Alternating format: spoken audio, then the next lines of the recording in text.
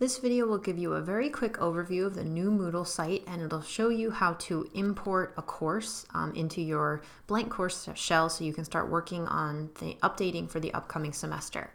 So note that I am still in the test site, which means that what you see will look a little bit different in the live site, but will function exactly the same. So here on the home page, I can access all of my courses as you've always been able to. And then you also have access to this dashboard page.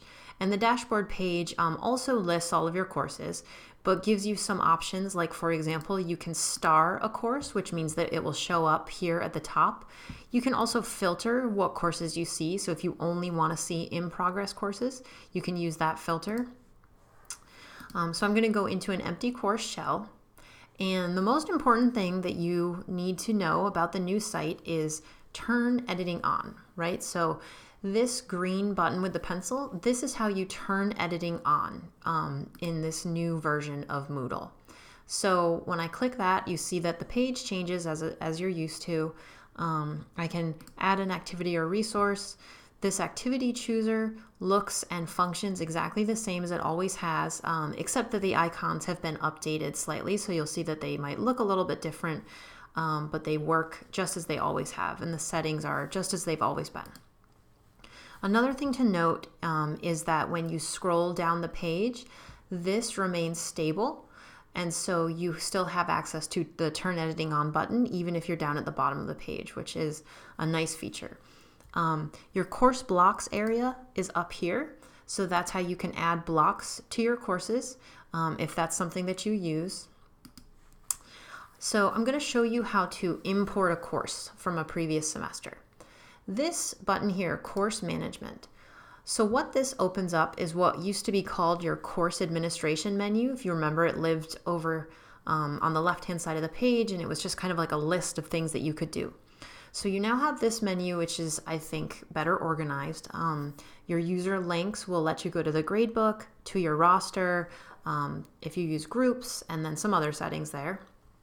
And then your course settings, that's where we're going to find import.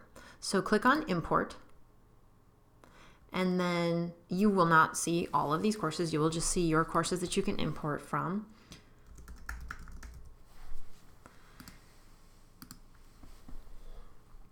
So I'm going to choose the course that I want to import from. And then from here, it works exactly as it always have. I usually just jump to the final step. I like to delete things and update them on the page. I don't usually do that during the import process. So you can jump to the final step. And then we'll see all of that course content gets imported right over. So one last piece that I want to show you here is also in course management.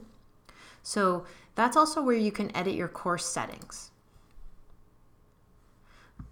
So the course settings are going to look exactly as they always have, with a couple of new options.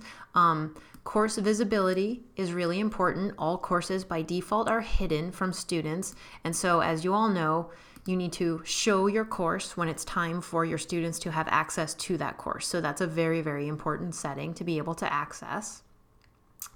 Also under course format, that's where you have some different options about how you want the course to appear. So for example, you could play around with the grid format, the tiles format, the button format. Those are all new formats to us here at BCC. So Janet and I would be happy to work with you on those if you do want to give them a try. But you'll see that if you do want to choose one of those different formats, you then have some different settings that you can play around with. And of course, if you make any changes to any settings, you want to always click Save. And you'll see that I did change the course format, and so it looks a little bit different, and I can kind of start playing around in there. Also note that I still have editing turned on, and so everything looks a little bit different than it will if I turn editing off. So if I want to see that without all of those gear icons and all of the ways to change settings. Last thing I'll point out is you can also get easy access to your gradebook right there in the sidebar menu. And when you are in a course, you notice that this menu over to the side it changes to correspond with the topics in the course so that you also have that sidebar navigation. What happens when you click on those is determined by the course format. So because I think I chose grid format, that's why I have this sort of pop-up overlay that came up. So please let us know if you have any questions at all, and enjoy your time in Moodle.